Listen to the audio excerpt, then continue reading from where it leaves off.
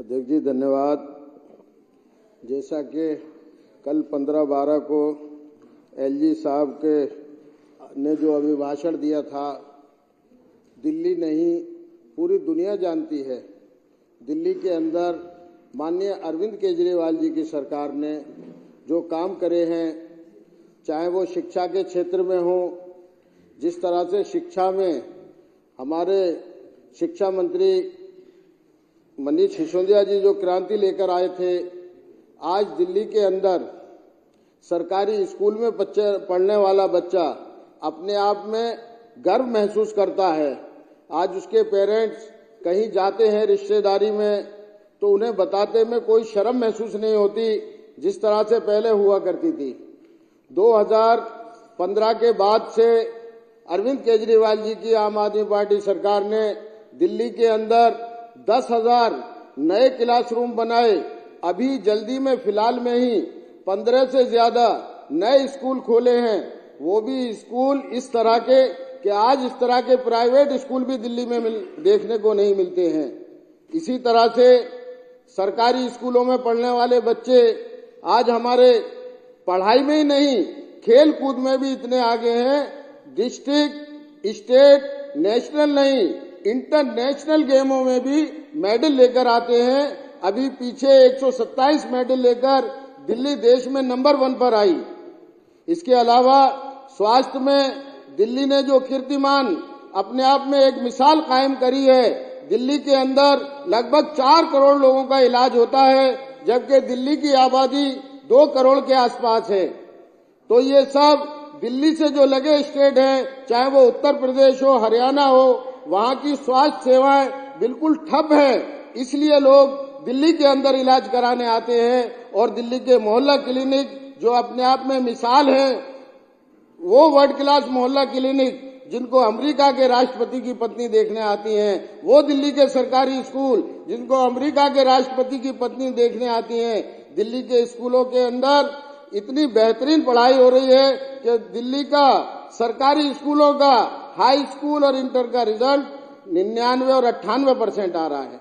ये एक अपने आप में देश में ही नहीं पूरे दुनिया के लिए एक मिसाल है। अध्यक्ष जी, इसी तरह से आपने देखा होगा कि किस तरह से दिल्ली का प्रति व्यक्ति आय किस तरह से बढ़ रही है और बिजली के क्षेत्र में आम आदमी पार्टी सरकार ने जो वादे करे, वादे से भी ज्यादा करके दिखाया कि आज आम आदमी को बिजली का बिल नहीं भरना पड़ता है। 1 लाख से ऊपर लोगों का बिजली का बिल 0 आता है और 24 घंटे बिजली आती है, जबकि दिल्ली के अंदर बिजली बनती नहीं और दिल्ली के अंदर बिजली का जो रेट है वो भी पूरे हिंदुस्तान में सबसे कम दर पे दिल्ली के अंदर बिजली दी जाती है।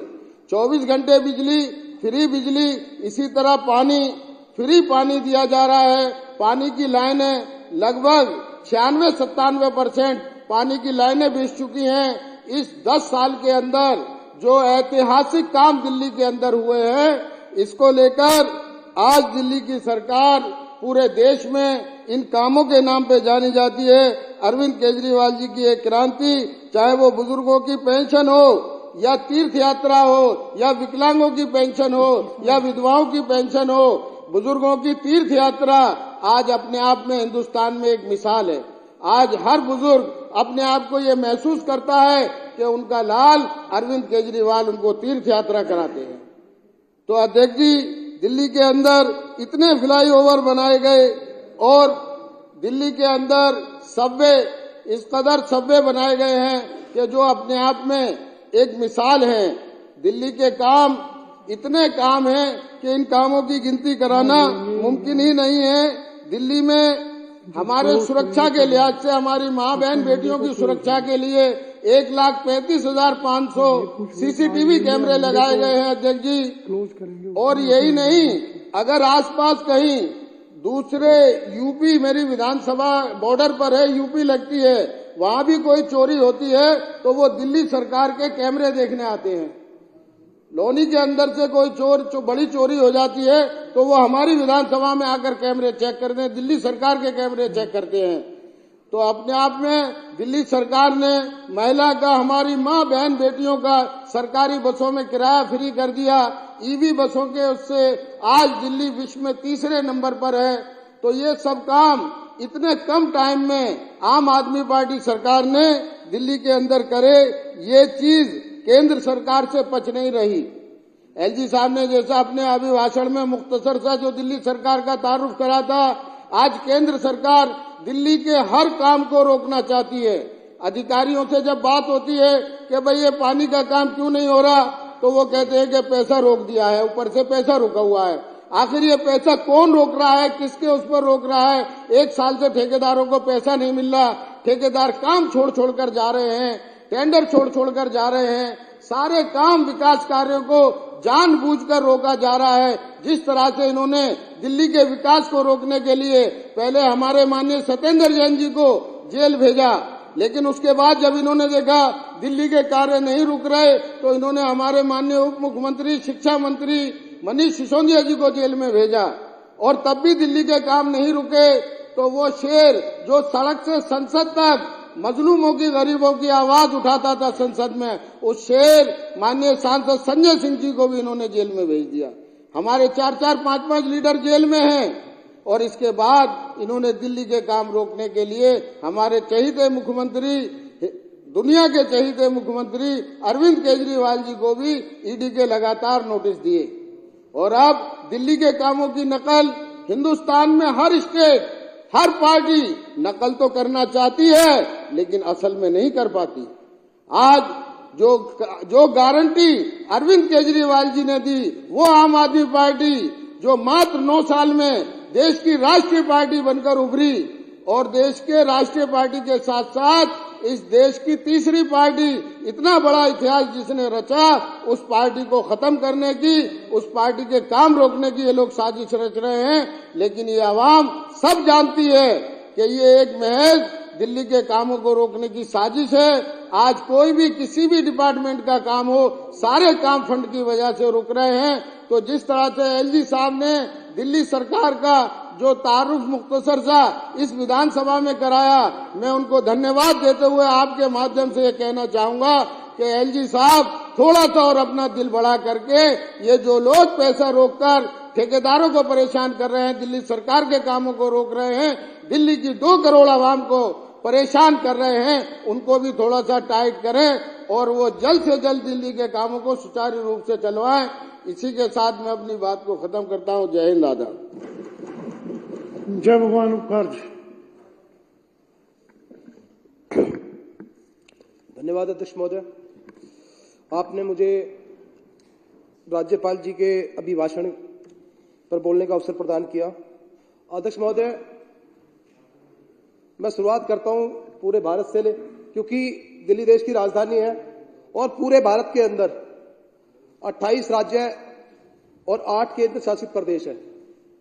लेकिन इन 28 राज्यों के अंदर या 7 केंद्र, जो 8 केंद्र शासित प्रदेश हैं, उन सभी के अंदर पिछली जो सरकार है, चाहे वो भाजपा की सरकार रही, चाहे वो कांग्रेस की सरकार रही, उन्होंने इतना विकास नहीं किया, जिसकी वजह से हर राज्य का आदमी आज दिल्ली के अंदर आया। और पिछली जो दिल्ली की जो सरकार है, जो भी रही है, उन सभी सरकारों ने दिल्ली के अंदर कोई भी विकास के कार्य इतने नहीं किए, जिसकी वजह से जनता परेशान थी। और जब से आम आदमी पार्टी की सरकार आई 2013 से, जब से दिल्ली के अंदर विकास होना शुरू हुआ और आम जनता को राहत मिलनी शुरू हुई। अध्यक्ष महोदय, मैं बताना चाहता हूं, क्योंकि जब 2013 में अरविंद केजरीवाल जी की सरकार बनी और अरविंद केजरीवाल जी ने जो मॉडल लेके आए, बिजली, पानी और शिक्षा और स्वास्थ्य, क्योंकि बिजली, पानी, शिक्षा और स्वास्थ्य आदमी की मूलभूत सुविधाएं होती है, क्योंकि परम पूज्य बाबा साहब डॉक्टर भीमराव अंबेडकर जी ने कहा था कि जिसकी सरकार होगी उसकी जिम्मेदारी बनती है कि बिजली, पानी और शिक्षा, स्वास्थ्य लोगों को मुहैया कराए। तो माननीय अरविंद केजरीवाल जी की जब सरकार बनी अध्यक्ष महोदय, तो मैं बताना चाहता हूं, उनका एक मॉडल था बिजली, पानी, शिक्षा और स्वास्थ्य। अध्यक्ष जी, उन्होंने अपना काम करना शुरू किया। मैं बिजली की बात करूं तो पहले दिल्ली के अंदर लाइट बार बार जाती थी, बहुत दिक्कतें होती थी, लेकिन अब लाइट एक भी बार झटका नहीं मारती। अध्यक्ष महोदय, कभी लाइट नहीं जाती दिल्ली के अंदर। अध्यक्ष महोदय, दूसरी बात, क्योंकि लगातार दिल्ली के अंदर पिछले 10 सालों के अंदर काफी विस्तार हुआ है, और इस विस्तार के अंदर जब नई नई कॉलोनियां बसी है, नए नए सेक्टर बसे हैं, नए गांव के अंदर भी काफी विस्तार हुआ है, नए नए फैक्ट्री एरिया विस्तार हुए।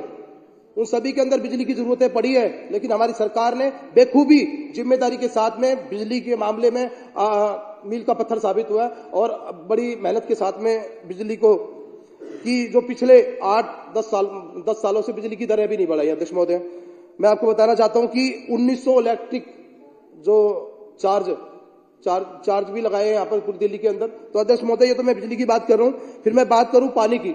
अध्यक्ष महोदय, पूरी दिल्ली के अंदर आम आदमी पार्टी की सरकार, अरविंद केजरीवाल जी की सरकार ने पूरी दिल्ली के अंदर सीवरेज सिस्टम लेकर आए, पूरी दिल्ली के अंदर सीवर सिस्टम लेकर आए। पूरी दिल्ली की चाहे मैं कॉलोनियों की बात करूं, चाहे मैं गांव की बात करूं, हर जगह सीवर सिस्टम बैठाया अध्यक्ष महोदय।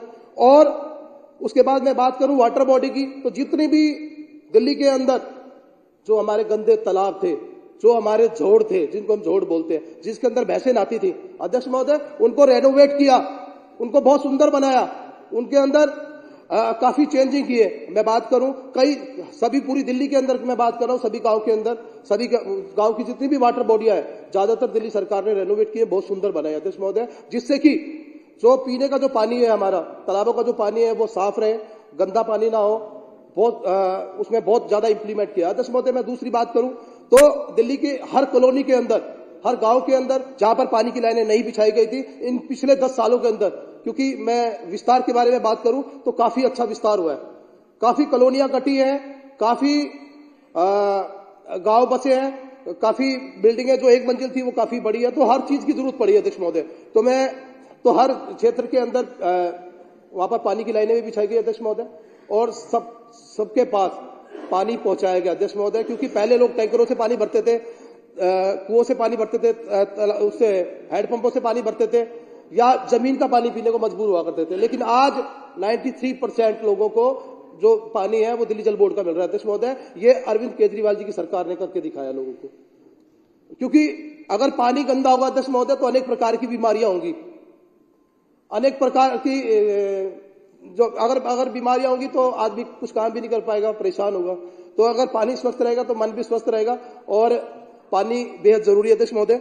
और मैं बात करूं पानी के मामले में तो अध्यक्ष महोदय, हमारी सरकार ने, अरविंद केजरीवाल जी की सरकार ने DSTP, SETP, STP और DSTP, अध्यक्ष महोदय SPS, WTP, अनेक हर क्षेत्र के अंदर नए SPS, नए WTP वाटर ट्रीटमेंट प्लांट अध्यक्ष महोदय, STP सीवेज ट्रीटमेंट प्लांट, अनेक प्रकार के सर प्लांट अध्यक्ष महोदय पूरे क्षेत्र के अंदर लगाए हैं इन 10 वर्षों के अंदर।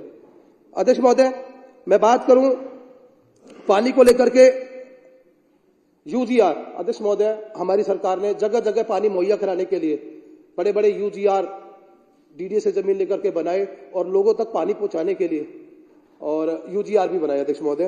तो पानी को लेकर के भी दिल्ली सरकार ने जो अपना जो प्रयास है वो भरपूर किया है और पूरी दिल्ली के लोगों को पानी पिलाने की कोशिश की है, टैंकर माफिया को भी खत्म करने की कोशिश की अध्यक्ष महोदय। मैं बात करूं शिक्षा की अध्यक्ष महोदय, तो शिक्षा को लेकर के भी हमने देखा है कि जब हम स्कूलों के अंदर बैठते थे क्लास, तो बैठने की जगह नहीं हुआ करती थी अध्यक्ष महोदय। और आज जब से अरविंद केजरीवाल जी की सरकार आई है अध्यक्ष महोदय, बहुत ही बड़ा परिवर्तन देखने को मिल रहा है। आज स्कूल बहुत सुंदर हो गए, बहुत अच्छे हो गए, चाहे मैं इंफ्रास्ट्रक्चर की बात करूं, चाहे मैं उनके साइंस की लेबोरेटरी की बात करूं, चाहे मैं उसकी लाइब्रेरी की बात करूं अध्यक्ष महोदय, हर तरीके से स्कूलों को बहुत अच्छा बनाया। चाहे मैं शिक्षा की मैं बात करूं अध्यक्ष महोदय, हर तरीके से जो एजुकेशन है वो आम आदमी पार्टी की सरकार में, अरविंद केजरीवाल जी की सरकार ने 99% जो शिक्षा की जो गुणवत्ता है वो बहुत अच्छी की है। आज दिल्ली के स्कूलों के जो बच्चों का जो रिजल्ट है अध्यक्ष महोदय 99%, 98% आ रहा है बच्चों का। ये अरविंद केजरीवाल जी की सरकार की देन है अध्यक्ष महोदय कि आज जो हमारे जो टीचर है उन्होंने जो क्वालिटी एजुकेशन दी है। आज दिल्ली के अंदर अनेक प्रकार के जो स्कूल है स्पेशलाइज किए अध्यक्ष महोदय, हमारी सरकार ने school of excellence, school of specialise excellence, doctor Bhimrao Ambedkar school of specialise excellence. अध्यक्ष महोदय, कितने नए नए स्कूल दिल्ली की सरकार ने खोले हैं। अभी जैसे बात कर रहे थे कि हम अभी 15,000 नए कमरे बच्चों के बैठने के लिए हमारी सरकार ने बनाया अध्यक्ष महोदय। अभी तो बहुत सी जगह DDA से जमीनें ली है जहां पर स्कूलों का निर्माण होना है अध्यक्ष महोदय, और अभी कई जगह पर जो हमारे जो विश्वविद्यालय है उनका निर्माण होना है। अभी हमारे यहाँ पर कई बड़े बड़े जो हमारे जैसे मैं डीटीयू की बात करूं अध्यक्ष महोदय, वहां पर बॉयज हॉस्टल, गर्ल्स हॉस्टल बनाए गए शिक्षा को लेकर। तो अध्यक्ष महोदय बहुत बड़ा परिवर्तन अरविंद केजरीवाल जी ने शिक्षा को लेकर के किया है अध्यक्ष महोदय। और मैं बात करूं स्कूल ऑफ स्पेशलाइज्ड एक्सीलेंस की अध्यक्ष महोदय, जैसे कि बजट के अंदर भी हमारी सरकार ने कहा कि हर विधानसभा के अंदर स्कूल खोले जाएंगे, तो हर विधानसभा के अंदर स्कूल खोले जा रहे हैं अध्यक्ष महोदय। धीरे धीरे स्कूल खोले जा रहे हैं। मेरी विधानसभा के अंदर भी 3 स्कूल ऑफ एक्सीलेंस है, स्पेशलाइज्ड एक्सीलेंस खोले गए, और भी कई स्कूल बनने हैं जिसके लिए हमने जगह ली है। अभी मेडिकल यूनिवर्सिटी भी खोली जाएगी अध्यक्ष महोदय, उसके लिए भी हम लोगों ने जगह ली है। मैं बात करूं बिजली, पानी, शिक्षा और स्वास्थ्य की मैं बात करूं अध्यक्ष महोदय, तो पहले हम लोग जब अस्पतालों में जाते थे तो बहुत बदबू आती थी अध्यक्ष महोदय। कंक्लूड करिए जयभगवान जी, कंक्लूड करिए प्लीज। अध्यक्ष महोदय, तो बहुत बदबू आती थी, बहुत बुरा हाल हुआ करता था। लेकिन 2013 के बाद जब हमारी सरकार आई और हमारी सरकार ने स्वास्थ्य के मामले में जब अस्पतालों के अंदर बहुत बड़ा परिवर्तन करके दिखाया अध्यक्ष महोदय, आज आप अस्पतालों के अंदर जाओगे तो आपको सफाई के मामले में, दवाई के मामले में, हर तरीके से जो अस्पताल है बहुत सुंदर दिखाई देंगे अध्यक्ष महोदय, और बहुत अच्छे हैं। और सभी लोगों को अस्पतालों के अंदर दवाइयां नहीं मिलती थी, लेकिन आज सभी लोगों को अस्पतालों के अंदर दवाइयां मिल रही है अध्यक्ष महोदय। और अध्यक्ष महोदय, मैं बात करूं पॉली क्लिनिक की, तो पूरी दिल्ली के अंदर पॉली क्लिनिक को भी रेनोवेट किया गया, जैसे कि बताया गया कि 30 किए गए अध्यक्ष महोदय। मेरे इलाके के अंदर 4 पॉली क्लिनिक की हम लोगों ने लैंड ली है, और वहां पर भी एक बनकर के हमारा तैयार है, दूसरा भी बनने वाला है। तो अध्यक्ष महोदय, हमारी सरकार ने स्वास्थ्य को लेकर के बहुत बड़ा काम किया है। जैसे मैं मोहल्ला क्लिनिक की बात कर रहे थे अभी हम 537 की अध्यक्ष महोदय, लगातार दिल्ली के हर, चाहे वो गांव है चाहे वो कॉलोनी है, सभी के अंदर इतने मोहल्ला क्लिनिक की आम आदमी पार्टी की सरकार ने भरमार कर दी है कि जो आम आदमी जिसको परेशानी होती थी, जो लंबे लंबे अस्पतालों के अंदर जाकर के लंबी लंबी कतारों के अंदर लगता था, अपना समय बर्बाद करता था, आज बस 2 मिनट में जाना है और आपको तुरंत दवाइयां मिल जाएंगी अध्यक्ष महोदय। तो आज हमने जो आदमी की जरूरत की जो चीजें हैं आम आदमी पार्टी की सरकार ने वो घर तक पहुंचाने का प्रयास किया अध्यक्ष महोदय।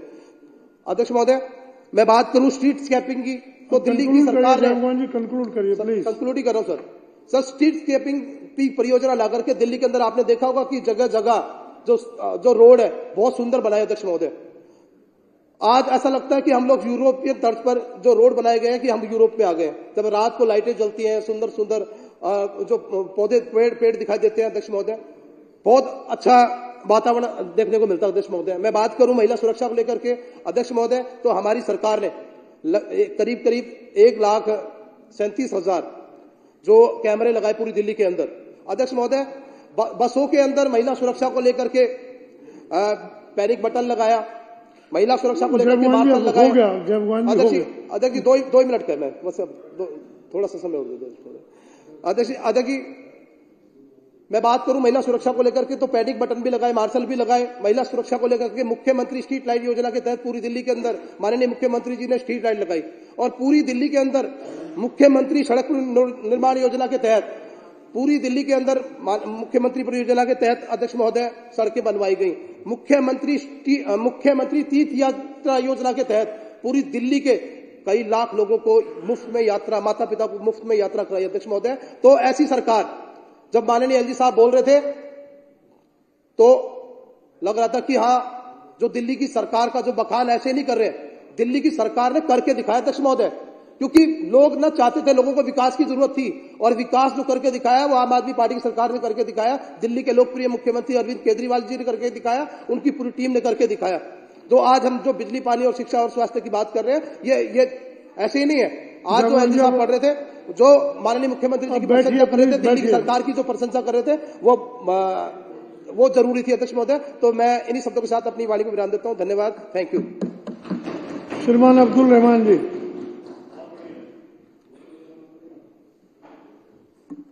धन्यवाद अध्यक्ष महोदय, आपने मुझे इस पर बोलने का मौका दिया। अध्यक्ष महोदय, दिल्ली 2013 से पहले और 2024 में जमीन और आसमान का फर्क दिल्ली के अंदर आया है, तो वो आया है श्री अरविंद केजरीवाल जी की बदौलत। अब उसमें अगर बात करें अध्यक्ष महोदय, मैं पानी की बात कर रहा हूं, जो 2013 में 836 MGD पानी था दिल्ली के अंदर, और हरियाणा और उत्तर प्रदेश दोनों पड़ोसी राज्यों से 1 बूंद पानी की नहीं बढ़ाई गई, उसके बावजूद दिल्ली ने अपनी सूझबूझ से, दिल्ली के मुख्यमंत्री ने 995 MGD पानी दिल्ली में बढ़ाकर कर दिया, जिससे दिल्ली के लोगों को काफी राहत मिली है। अध्यक्ष महोदय, तीर्थ यात्रा की बात करें तो तीर्थ यात्रा में मैं, क्योंकि सभी विधायक के ऑफिस से फॉर्म साइन होते हैं और मैंने भी अब तक मेरे ख्याल से 1000 से ऊपर लोगों को तीर्थ पर भेजा है, लेकिन जो लोग तीर्थ पर जाते हैं और वो, मैं उन्हें बस में बिठाता हूं तो उनकी आंखों में एक अजीब सा वो होता है और वो कहते हैं कि हम सपना देखा करते थे कि हम कब वैष्णो देवी जाएंगे, हम कब जो है दूसरे तीर्थ स्थलों पर जाएंगे, तीर्थ यात्रा पर कब निकलेंगे, लेकिन हमारा इंतजाम नहीं हो पाता था या कोई पैसे का इंतजाम नहीं था या बच्चे इस काबिल नहीं थे। लेकिन माननीय मुख्यमंत्री अरविंद केजरीवाल जी की बदौलत ये संभव हो पाया कि हम पूरे बेहतरीन इंतजाम के साथ अपना तीर्थ मुकम्मल करके आ रहे हैं। तो मैं धन्यवाद देना चाहूंगा अरविंद केजरीवाल जी को और दिल्ली की सरकार को कि उन्होंने इतनी बेहतरीन योजना दिल्ली में लागू की कि दिल्ली के तमाम बुजुर्ग आज गुणगान करते नहीं थकते हैं। अध्यक्ष महोदय, दिल्ली में एक स्कीम लागू हुई थी फरिश्ता स्कीम के नाम से। अगर दिल्ली में किसी भी जगह पर कहीं भी किसी का एक्सीडेंट हो जाता था तो अध्यक्ष महोदय कोई भी शख्स उठाकर उसको नजदीक के अस्पताल में एडमिट करा दिया करता था और उसका पूरा इलाज, चाहे वो प्राइवेट हॉस्पिटल हो या सरकारी हॉस्पिटल हो, वो दिल्ली की सरकार की तरफ से होता था। अध्यक्ष महोदय, अभी कुछ दिनों से उस पर कुछ रोक लगा दी गई है, वो हो नहीं पा रहा, लेकिन उससे इतना लाभ हुआ था कि अध्यक्ष महोदय उस योजना के चलते 24,000 ऐसे लोग जो सड़कों पे दुर्घटनाग्रस्त होने के बाद जिनको बचाना बहुत मुश्किल था, उनकी जान दिल्ली सरकार की इस योजना के तहत बच गई और अब वो आज अपने बच्चों का पालन पोषण भली भांति कर रहे हैं ठीक होकर। अध्यक्ष महोदय, हम बात करें दिल्ली में सुरक्षा की तो लोग कहते तो बहुत है अध्यक्ष महोदय कि दिल्ली सुरक्षित है, दिल्ली ये है, दिल्ली वो है। दिल्ली में अभी 280 में हमारे BS जून साहब ने दिल्ली पुलिस के हालात बताए थे, लेकिन जो 1,35,500 CCTV कैमरा माननीय मुख्यमंत्री अरविंद केजरीवाल जी और आम आदमी पार्टी की सरकार ने दिल्ली की गलियों और सड़कों पर लगाए हैं, अध्यक्ष महोदय, अगर वो न लगे होते तो आज दिल्ली में हर गली हर कूचे में वारदात घट रही होती। उनकी वजह से काफी भय उन बदमाशों में, चोरों में रहता है कि एक आंख ऊपर से देख रही है और पुलिस भी आज सबसे ज्यादा, आप देख लीजिए कि जगह जगह आती है, इसका पासवर्ड बता दो और बताया और चोर के घर तक पहुंच गई। तो अध्यक्ष महोदय, मैं धन्यवाद करना चाहूंगा अरविंद केजरीवाल जी का, मुख्यमंत्री जी का और दिल्ली की सरकार का कि उन्होंने CCTV लगाकर दिल्ली को सुरक्षित किया।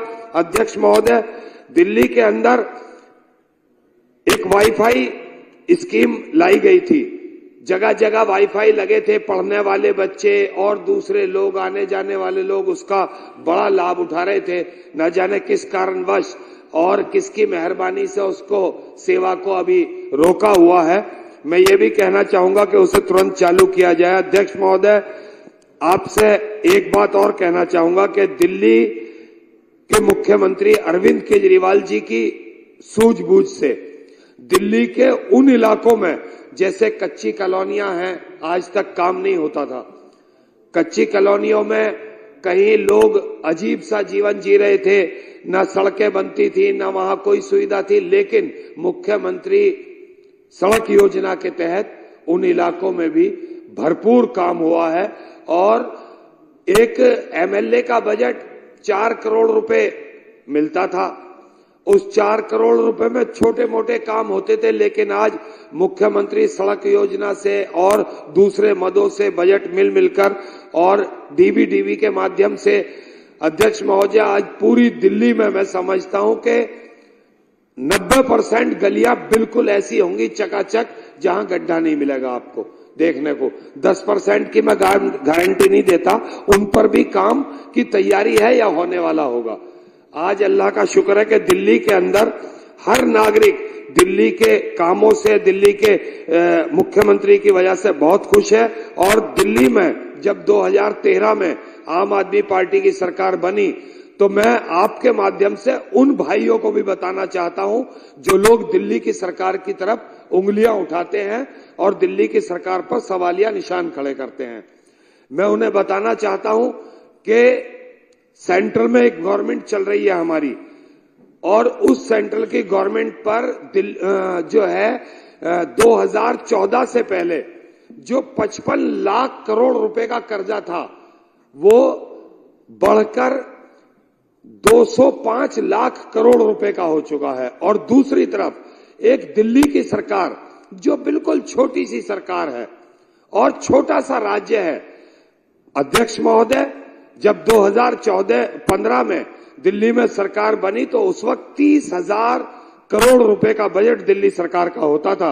अध्यक्ष महोदय, आज 2023-24 में 80,000 करोड़ रुपए पर पहुंचाने का दम माननीय मुख्यमंत्री अरविंद केजरीवाल जी का ही है, दूसरे किसी शख्स का हुआ नहीं। वरना किसी भी राज्य में देख लो, जहां देखोगे सरकार घाटे में मिलेगी। ये पहली सरकार है और वो सच कहते हैं कि अगर अरविंद केजरीवाल जी ने कहा कि ये ईमानदार सरकार, तो ये ईमानदारी नहीं, वाकई में कट्टर ईमानदार सरकार है। और अध्यक्ष महोदय, जो कल एलजी महोदय ने अपने अभिभाषण में जो भी कुछ कहा पढ़ा, मैं उनका धन्यवाद करता हूं और सराहना करता हूं कि उन्होंने बड़े सलीके से पढ़ा।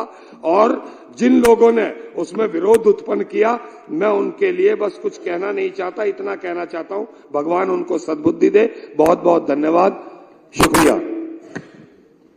अजय दत्त जी को मैं इससे पहले बुलाऊं, उनको 21वीं शादी की वर्षगांठ की दिल्ली विधानसभा अपनी ओर से बहुत बहुत शुभकामनाएं देता हूं, बधाई देता हूं। श्री अजय दत्त जी। अध्यक्ष जी, आपने मुझे एलजी के अभिवादन पे बोलने का मौका दिया, और जो हमारे मंत्री साहब हैं उन्होंने एलजी साहब के भाषण पर जो प्रस्ताव रखा है, धन्यवाद प्रस्ताव, उसमें मैं कुछ जोड़ना चाहता हूँ। अध्यक्ष जी, कल ये सारा एलजी साहब का भाषण चल रहा था और बीजेपी के लोग बार बार उनको टोक रहे थे। तो पहले हमें लगा एलजी साहब, क्योंकि दिल्ली में एक बहुत महत्वपूर्ण पोजीशन पे बैठे हैं, उनके सम्मान में, और ये हमारे कॉन्स्टिट्यूशन में भी, हमारी रूल बुक में भी लिखा है कि एलजी साहब के भाषण को कोई रोका टोकी ना करे। तो हम लोग भी इधर से उनको कह रहे थे, भाई आप सुनिए, बात उनको सुनने दीजिए। और क्योंकि वो साल में एक बार आके अरविंद केजरीवाल जी की, हमारे माननीय मुख्यमंत्री अरविंद केजरीवाल जी की सरकार की उपलब्धियां गिनाते हैं, तो उनको सुन लेने दीजिए। क्योंकि बाकी पूरी साल तो वो हमारे कामों को रोकने का, टोकने का काम करते हैं, कम से कम एक दिन तो उनको सुनने का मौका मिले। और ये सब चल रहा था। फिर पता चला कि एक के पहले एक व्यक्ति ने एक पॉइंट पे बात की, फिर दूसरे ने दूसरे पे बात की, बीजेपी वाले ने तीसरे में रोकने का प्रयास किया। तो मुझे ऐसा प्रतीत हुआ कि ये सब कुछ एक साजिश के तहत हुआ, और ये अरविंद केजरीवाल जी की जो सफलताएं जो दिल्ली के अंदर काम किए गए, उनको ना सुने जनता, इसकी साजिश करने की पूरी कोशिश कल की गई। और उसके बाद आज सदन ने जो निर्णय लिया वो बहुत महत्वपूर्ण और ऐतिहासिक है कि ये दिल्ली की सरकार, ये सिर्फ किसी व्यक्ति विशेष की नहीं है, दिल्ली के उन 2 करोड़ लोगों की सरकार है जिन्होंने हम सबको और हमारे माननीय मुख्यमंत्री अरविंद केजरीवाल जी को चुन के उनकी सेवा के लिए भेजा है। हमारी सरकार को जब एलजी साहब बार बार कह रहे थे मेरी सरकार, तो अच्छा तो लग रहा था लेकिन अटपटा भी था। और अच्छा इसलिए लग रहा था क्योंकि वो हमारी सरकार, हमें सुनने का बार बार आदत है। तो इसीलिए यहां पर मैं एक शेर आपके सामने कहना चाहूंगा। अपना कहकर मुझे क्यों बेगाना कर दिया, मैं भी तो इसी मिट्टी से जन्मा हूं। अपना कहकर मुझे क्यों बेगाना कर दिया, मैं भी तो इसी मिट्टी से जन्मा हूं, क्या मेरी मिट्टी में कोई कमी है या सिर्फ तेरी नजर देखने का फेर है। इसका मतलब यह है कि हम सभी दिल्ली के वासी हैं, ये चुनी हुई सरकार है, लोकतांत्रिक सरकार है, जिसने भारत की जो अर्थव्यवस्था है, जो जीडीपी है, वो ये बताते हैं 7.2 है और दिल्ली की जीडीपी 9.18 है, जो कि पूरे भारत की जीडीपी से सबसे ज्यादा है। और मुझे लगता है आज हम जब विश्व का पूरा डेटा देखते हैं तो अमेरिका, लंदन, जापान सब स्लो डाउन की तरफ जा रहे हैं। भारत के अंदर ये पहली सरकार है जो 9.18% की जीडीपी से साल दर साल बढ़ती जा रही है और दिल्ली की प्रति व्यक्ति आय लगभग 2.5 गुना अधिक हो गई है और ये अपने आप में बहुत महत्वपूर्ण है राष्ट्रीय स्तर पे। और जैसा मेरे साथी ने कहा कि दिल्ली का बजट आज से 9 साल पहले 30,000 करोड़ से शुरू हुआ था, आज 80,000 करोड़ रुपए आ गया है और इसमें सिर्फ और सिर्फ दिल्ली की चुनी हुई सरकार अरविंद केजरीवाल जी की मेहनत और उनके जितने भी मंत्री हैं उनकी मेहनत और पारदर्शिता की वजह से ही ये हुआ है। चालू वित्त वर्ष में शिक्षा पर 21% इस समय खर्च किया गया, उससे पहले 25%, जो भारत या पूरे विश्व में पहली एक ऐसी सरकार है जिसने 25% तक शिक्षा पे अपना विजन के साथ पैसा खर्च किया और उसका रिजल्ट भी देखिए अध्यक्ष जी, ये शिक्षा स्तर में पूरे भारत के अंदर जितने सरकारी स्कूल हैं उनको छोड़ दीजिए, उनका तो रिजल्ट किसी का 70% है, किसी का 80 है। प्राइवेट स्कूलों का रिजल्ट 88%, 10वीं 12वीं का, और दिल्ली के सरकारी स्कूलों का रिजल्ट 10वीं का 99.68 विच मीन्स क्लोज टू 100%, जो पूरे भारत में अपने आप में एक ऐतिहासिक एक कदम है। और 12वीं का रिजल्ट 98.96%, वो भी क्लोज टू 100%, वो भी अपने आप में एक बहुत बड़ा कीर्तिमान स्थापित करता है। ये दर्शाता है शिक्षा का बजट शिक्षा पे लगाया गया, शिक्षा का विस्तार हुआ, जब जब शिक्षा का विस्तार होगा तब तब उस देश का भविष्य अपने आप आगे बढ़ेगा, क्योंकि शिक्षा शेरनी का वो दूध है जो पिएगा वो दहाड़ेगा। और ये बाबा साहब भीमराव अम्बेडकर जी कहते थे और उन्हीं के पद चिन्हों पर चल के अरविंद केजरीवाल जी इस सदन में बार बार बोल चुके हैं कि बाबा साहब भीमराव अम्बेडकर जी से वो बहुत प्रभावित रहे, उनकी नीतियों को लागू कर रहे हैं, उनके संविधान को लागू कर रहे हैं, उनकी शिक्षा की नीतियों को लागू कर रहे हैं। और उनके पीछे आप देखिए घर में भी बहुत बड़ा बाबा साहब का स्टेचर उन्होंने है और ये याद दिलाता है कि जो बाबा साहब की नीतियों पे चलेगा, जो इक्वलिटी की बात करेगा, जो समानता की बात करेगा, जो मूल अधिकारों की बात करेगा, जो शिक्षा में आरटीई एक्ट की बात करेगा, जो महिलाओं के लिए प्रेगनेंसी के समय 6 महीने की पेड लीव की बात करेगा, जो मजदूरों को उनके हिसाब से equal pay for equal work की बात करेगा, वो इस देश का निर्माण करेगा और वही आम आदमी पार्टी कर रही है।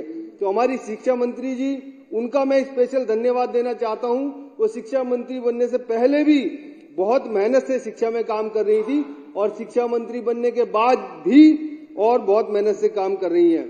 इसके साथ साथ हमारे स्वास्थ्य मंत्री, जिन्होंने बहुत सारे हॉस्पिटलों में अच्छे काम किए और हमारे स्वास्थ्य का 17% बजट, पूरे स्वास्थ्य का 17% बजट स्वास्थ्य के लिए लगाया गया। और उससे फायदा क्या हुआ कि दिल्ली के अंदर जितने भी सरकारी हॉस्पिटल हैं उनका विकास हुआ। 537 मोहल्ला क्लिनिक चल रहे हैं, 5 महिला मोहल्ला क्लिनिक चल रहे हैं, 172 एलोपैथिक औषधालय, 60 प्राथमिक शहरी स्वास्थ्य केंद्र, 30 पॉलीक्लिनिक, ऐसे तमाम और कई सारे सुपर स्पेशलिटी अस्पताल का नेटवर्क बनाकर 14,244 बिस्तरों की संयुक्त क्षमता के साथ एक नई और बिस्तरों को जोड़ा गया और 4 करोड़ से अधिक रोगी 1 साल में इसकी सेवा ले चुके हैं। ये डेटा अपने आप में एक बहुत महत्वपूर्ण डेटा है, क्योंकि दिल्ली एक ऐसा शहर है जहां पूरे देश के लोग आते हैं और दिल्ली के ऊपर स्वास्थ्य का बहुत बड़ा भारी बोझ है, क्योंकि हरियाणा से, पंजाब से, बिहार से, यूपी से, तमाम देश के तमाम शहरों से लोग यहाँ आते हैं, क्योंकि यहाँ की स्वास्थ्य व्यवस्था पे, अरविंद केजरीवाल जी की स्वास्थ्य व्यवस्था पे लोग विश्वास करते हैं, इसलिए यहाँ आते हैं और यहाँ उनका इलाज भी होता है। दिल्ली के लोगों का तो इलाज हमेशा होता ही रहता है। इसके अलावा 5 लाख से अधिक नागरिकों ने दिल्ली आरोग्य कोष के तहत जो सुविधाएं ली हैं, अस्पतालों के माध्यम से फ्री उपचार, सर्जरी आदि जो भी लाभ लिए हैं, वो अपने आप में एक कीर्तिमान है।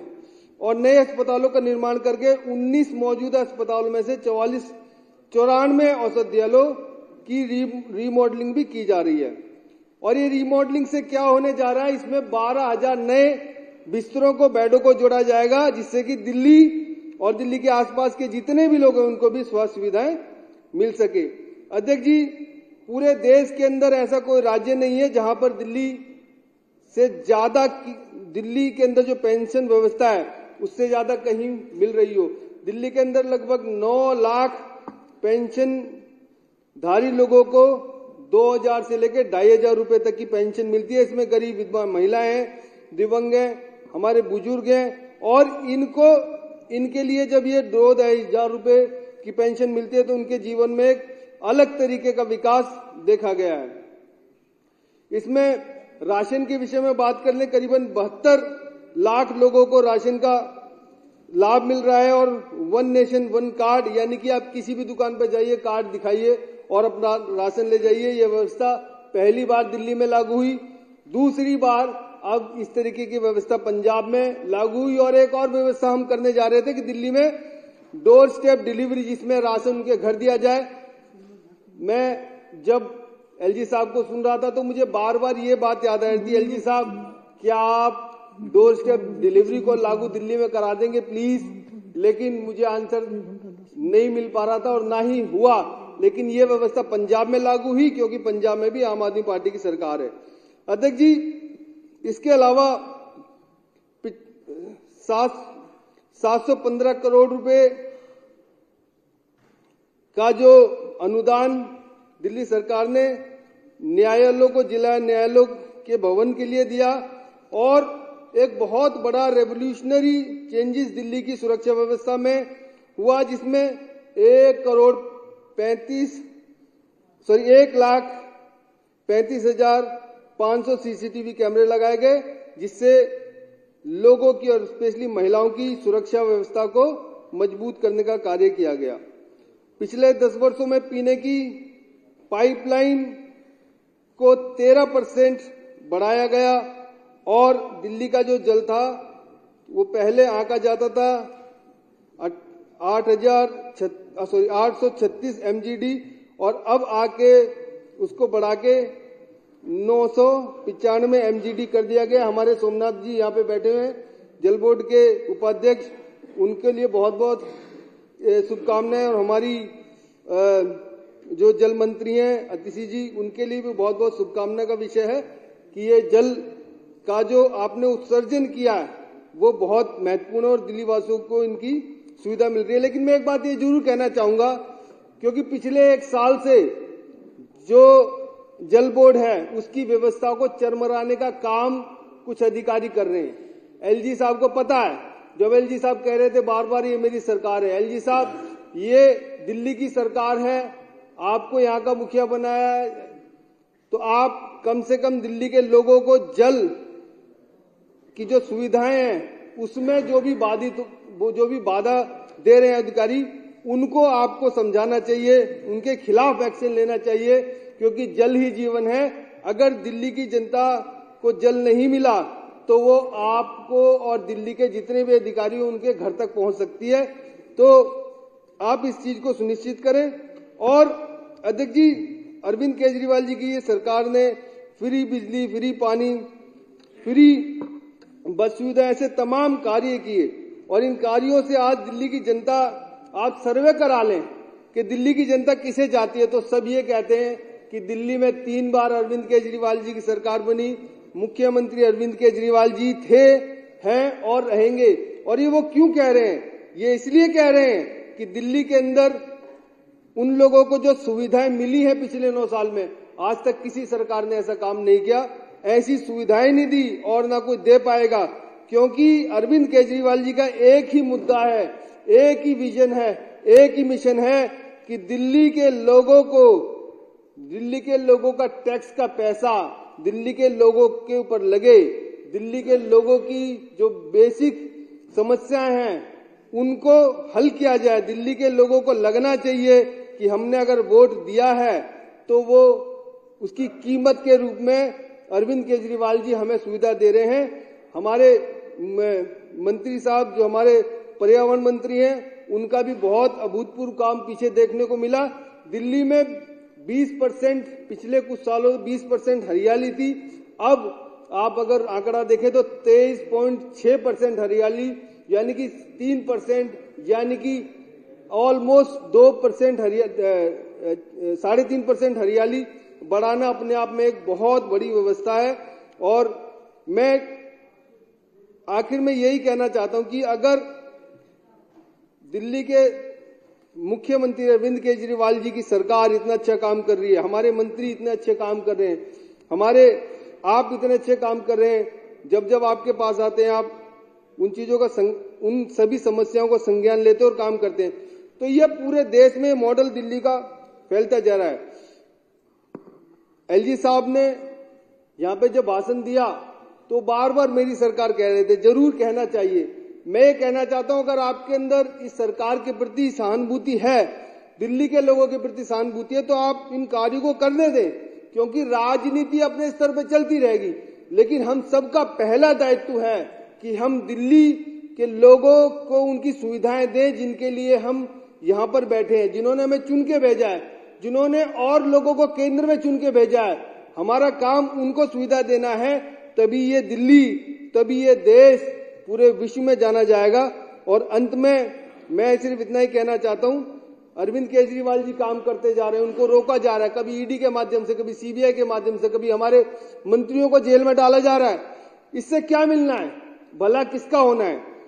तो मैं सिर्फ एक ये शेर कह के अपनी वाणी को विराम दूंगा, मेरे दर्द से तुम इतना खुश हो, मेरे दर्द से तू इतना खुश क्यों है जालिम, मेरे दर्द से तू इतना खुश क्यों है जालिम, जीना तो मुझे भी आता है, गम और दर्द पीना मुझे भी आता है।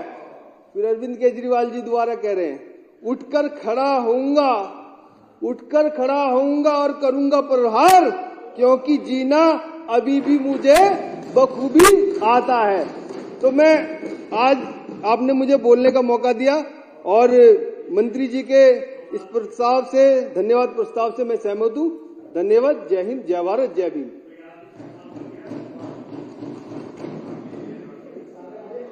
अजय दत्त जी की ये शिकायत रहती थी, मुझे बीच में टोक देते हैं, कम समय मिलता है, आज तो भरपूर समय मिल गया।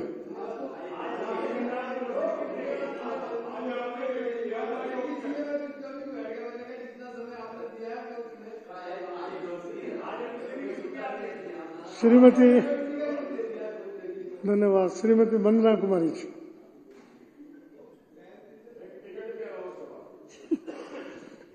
अध्यक्ष जी, आपका बहुत बहुत धन्यवाद जो उपराज्यपाल जी के भाषण पर मुझे बोलने का मौका दिया। अध्यक्ष जी,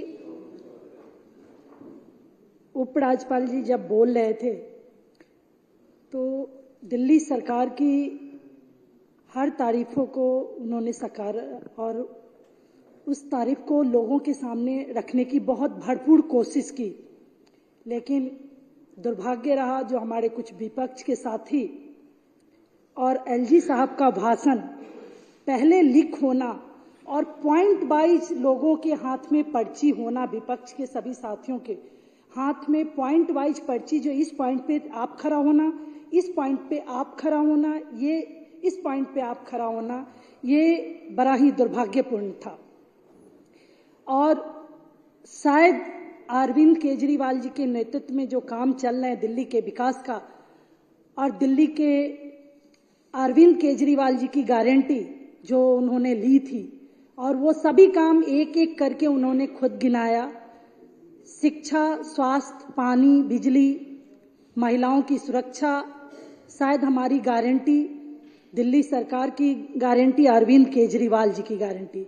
उस अरविंद केजरीवाल जी की गारंटी को भी आजकल बहुत सारे साथी चुराए फिर रहे हैं, अपनी गारंटी बता रहे हैं। उस गारंटी का एक एक काम बड़ी मुस्तैदी के साथ, बहुत ही ताकत के साथ, बहुत ही ईमानदारी के साथ, सभी कैबिनेट के साथ मिलकर अरविंद केजरीवाल जी की सरकार ने किया है। और ये शायद आज विपक्ष के साथी भी जगह जगह चुनाव में, जगह जगह अपने भाषण में इस बात को कहने को मजबूर हो गए हैं, जो शायद पहले उनकी भाषण की स्क्रिप्ट खोली जाए तो किसी के भाषण में शिक्षा, स्वास्थ्य आज से 10 साल पहले नहीं दिखता था। ना शिक्षा स्वास्थ्य की बात दिखती थी, ना पानी बिजली की बात दिखती थी, ना ही महिलाओं की सुरक्षा की बात कोई करता था।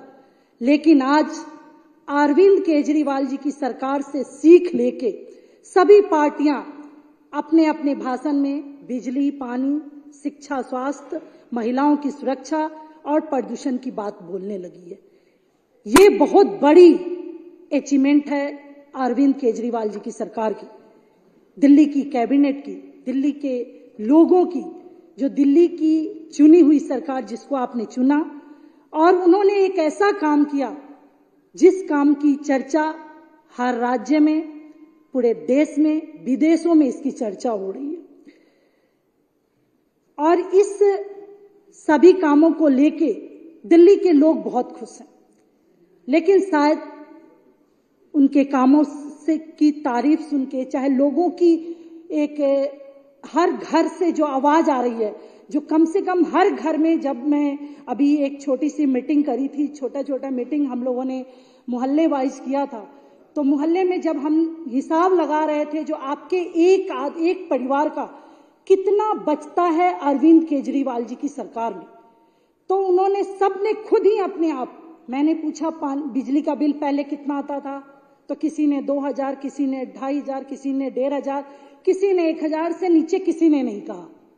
सीधा एक परिवार के एक महीने का सारा बजट जब मिलाया तो 3 से लेके 5000 का बचत, एक परिवार का बचत है।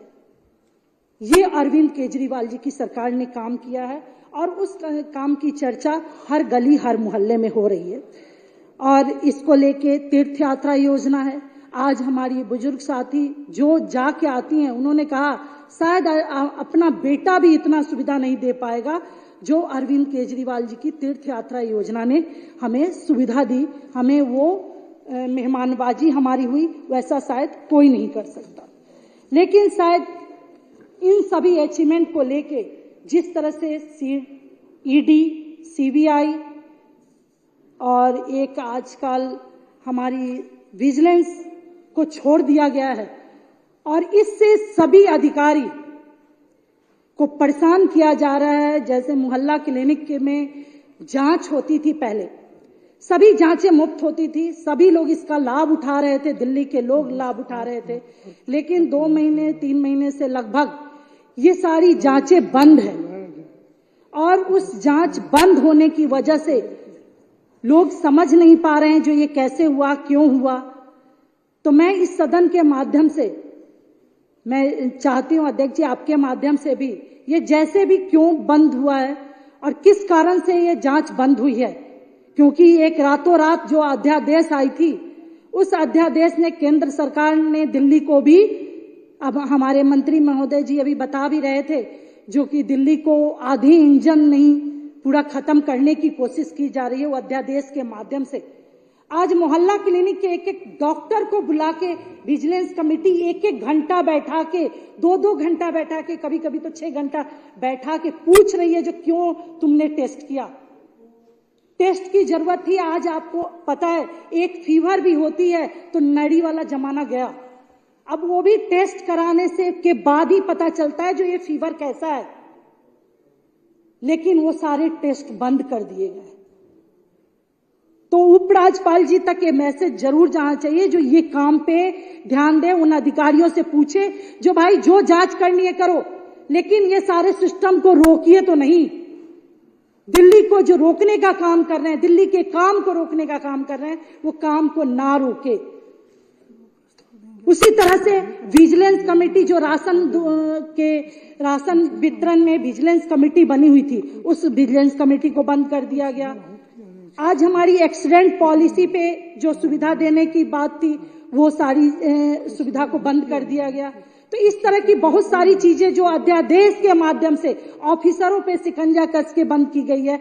मैं आपसे यही गुजारिश करना चाहती हूँ आज, जो कि एक आदेश जारी हो, ये विधानसभा से आदेश जारी हो, नहीं तो कोई ठोस कदम उठाया जाए। जो ये ऑफिसर अपनी मनमानी कर रहे हैं, आज तक लगभग 9 साल हमें करीब से अपनी सरकार को देखते हो गया, लेकिन आज तक जल बोर्ड में इस तरह की ठेकेदारों पे जो अंकुश करने का काम कर रहे हैं अध्यादेश के माध्यम से, जल बोर्ड में इस तरह की स्थिति कभी नहीं आई जो अब आ रही है।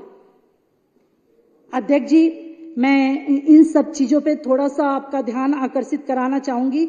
जो उपराज्यपाल जी के भाषण में, सभी भाषण में उन्हें दिल्ली सरकार की सभी कामों को अच्छा मान रहे हैं, लेकिन वो दिल्ली सरकार के कामों को क्यों रोकने की कोशिश कर रहे हैं, इस पे भी हम सबको ध्यान देने की जरूरत है। और इस सदन के माध्यम से ये अधिकारियों से पूछना पड़ेगा जो ये क्यों रोका जा रहा है। जिस तरह से आज दिल्ली में उपराज्यपाल जी डायरेक्ट उस पे सारे कमिश्नर लॉ एंड ऑर्डर के अधिकार क्षेत्र में आता है, और लॉ एंड ऑर्डर की स्थिति दिल्ली के अंदर हर घर में जो शराब की दुकान खोलने की वजह से क्राइम हो गया, भ्रष्टाचार हो गया, ये हो गया, वो आज जगह जगह गलियों में, झुग्गियों के अंदर, अनऑथराइज एरिया के अंदर, घरों के अंदर नकली दारू शराब बिक रहे हैं। उस पे एलजी साहब कोई कार्रवाई नहीं कर पा रहे हैं।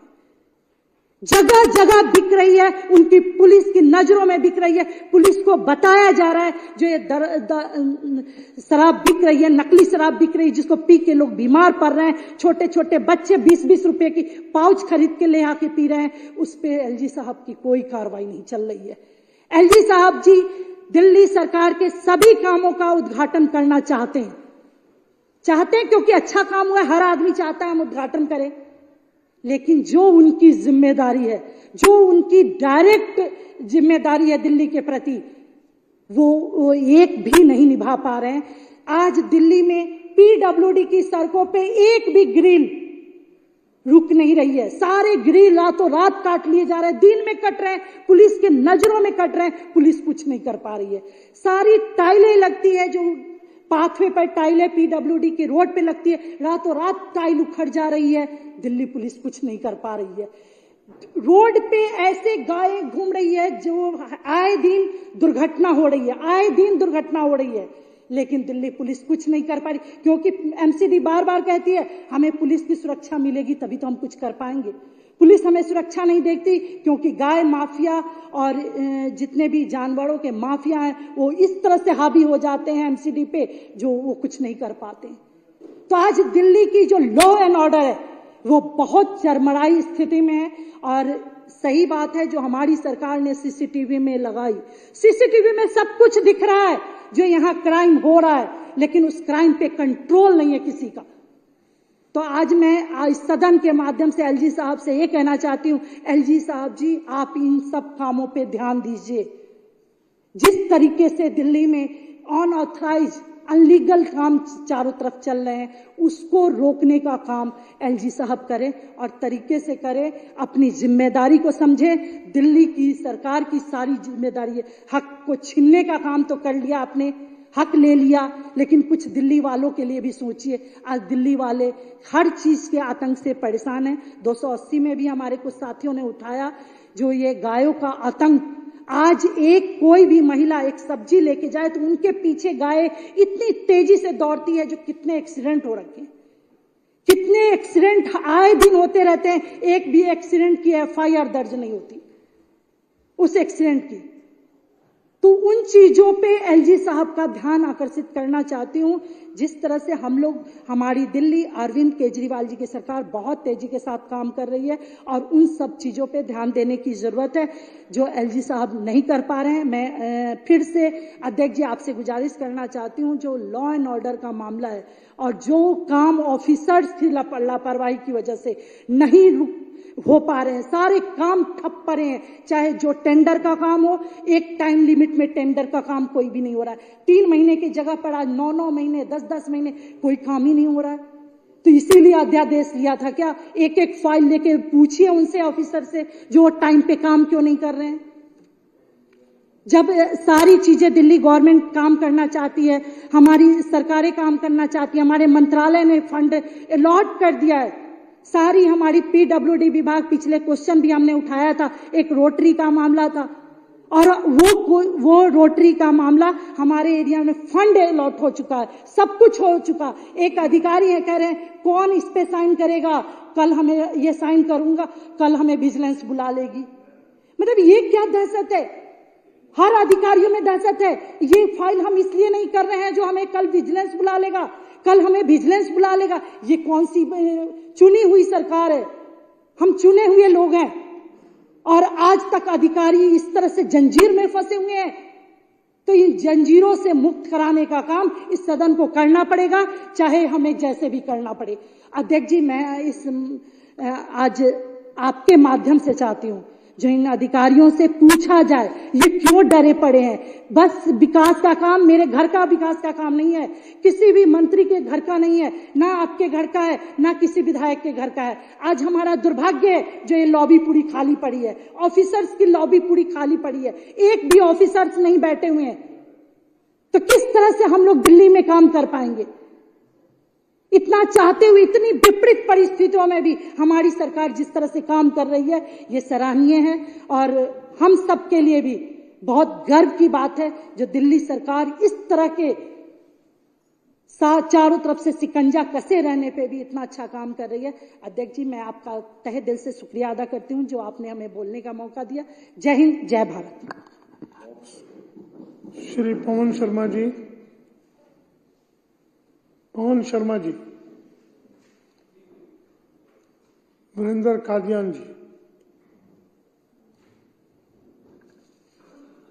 अध्यक्ष महोदय,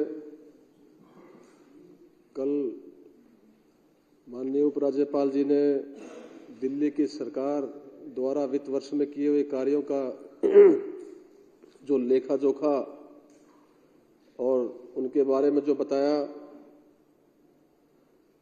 दिल्ली की शिक्षा प्रणाली, दिल्ली की शिक्षा व्यवस्था के बारे में बताया और सराहना की। वाकई में ही दिल्ली की सरकार, माननीय मुख्यमंत्री श्री अरविंद केजरीवाल जी, जिन्होंने शिक्षा व्यवस्था को बहुत ही सुदृढ़, बहुत ही बेहतरीन बनाया। पिछले 9 वर्षों में हर बजट में शिक्षा के लिए विशेष प्रावधान किया। इस 2023-24 के वित्त वर्ष में भी 21% धनराशि बजट की वो शिक्षा के लिए रखी। अध्यक्ष महोदय, शिक्षा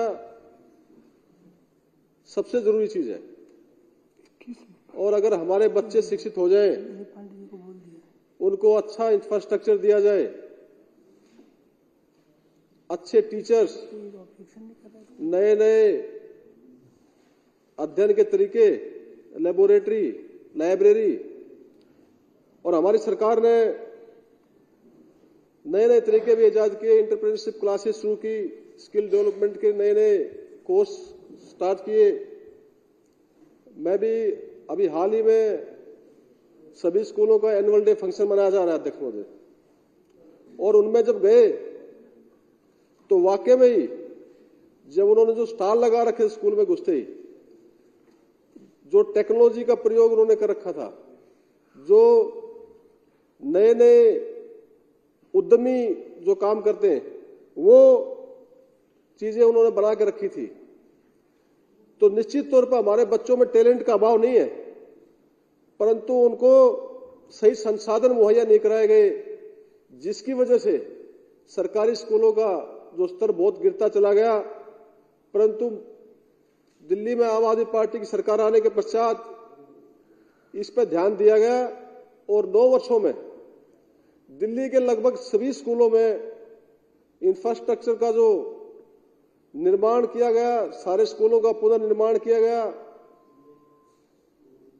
स्कूलों में अच्छे बेंचेस, जो संसाधन दिए गए, उसका माननीय उपराज्यपाल महोदय ने जिक्र किया और सराहा। परंतु हमारे विपक्षी साथियों ने उसका भी विरोध किया, जो कि एक बहुत ही खेद का विषय है, क्योंकि जब से दिल्ली की शिक्षा प्रणाली सुदृढ़ हुई है, सभी राज्यों ने लगभग शिक्षा पर ध्यान देना शुरू किया है। हम अनेकों राज्यों में जाते हैं, चाहे पार्टी का कार्यक्रम हो या वैसे जाना हो, तो देखने को मिलता है कि दिल्ली सरकार की शिक्षा व्यवस्था को देखते हुए सभी सरकारों ने ये मान लिया कि भी शिक्षा के बिना कोई तरक्की संभव नहीं है, और शिक्षा पे उन्होंने हमारी तरह ध्यान देना शुरू किया है। तो इस अग्रिम शुरुआत के लिए माननीय मुख्यमंत्री श्री अरविंद केजरीवाल जी का, दिल्ली की सरकार का सभी को आभार प्रकट करना चाहिए कि उनकी आंखें खोल दी। मैं अध्यक्ष महोदय, जब सरकारी स्कूल में मैं पढ़ता था 10वीं 11वीं क्लास में, 11वीं 12वीं, तो सरकारी स्कूल आज से लगभग 40 वर्ष पहले, 35-40 वर्ष पहले, हरियाणा में है वो, मेरी जो कि कस्बा है और तहसील भी है, तो सरकारी स्कूल की हालत उस समय से आज जर्जर हो गई है। 12वीं क्लास तक का स्कूल है, आसपास के बच्चे पढ़ते हैं, 1.5-2 फीट मिट्टी के नीचे दब गया और बहुत बुरा हाल हो गया। उसी प्रकार से हम पड़ोस के राज्य का, हरियाणा का, अगर पीजीआई की बात करें, रोहतक में एक पीजीआई है जो लगभग आधा हरियाणा वहां पे आता है। उस स्कूल का भी इतना बुरा हाल है, अस्पताल का भी इतना बुरा हाल है कि वो छतें चूर रही है और बदबू आ रही है, स्मेल आ रही है, कोई देख रेख नहीं होती। जब उन चीजों को पड़ोस के राज्य में देखते हैं और दिल्ली की शिक्षा और स्वास्थ्य व्यवस्था देखते हैं, तो दिन रात का फर्क है। वहां पर भी 10 वर्षों से सरकार है, जो आज हमारे विपक्ष के साथी बैठे इनकी, और यहां पे आम आदमी पार्टी की सरकार है। ये सिर्फ सोच का फर्क है अध्यक्ष महोदय, कि 20-30 किलोमीटर में बॉर्डर पार करते ही सड़कों का अलग हाल है, स्कूलों का अलग हाल है और अस्पतालों का बहुत बुरा हाल है। तो ये देख के भी मानने को तैयार नहीं है कि एलजी महोदय जो कह रहे हैं और इनको दिख रहा है, उस सराहना को भी इनको सहन नहीं हो पा रहा, जो कि बहुत बड़ी दुख की बात है। अध्यक्ष महोदय, जो काम अच्छा है, जिसको पूरी दिल्ली सराह रही है, कि शिक्षा में माननीय अरविंद केजरीवाल जी ने जो बच्चों को, सरकारी स्कूल में पढ़ने वाले बच्चों को पहले का भी हाल देखा और आज का भी हाल देख रहे हैं।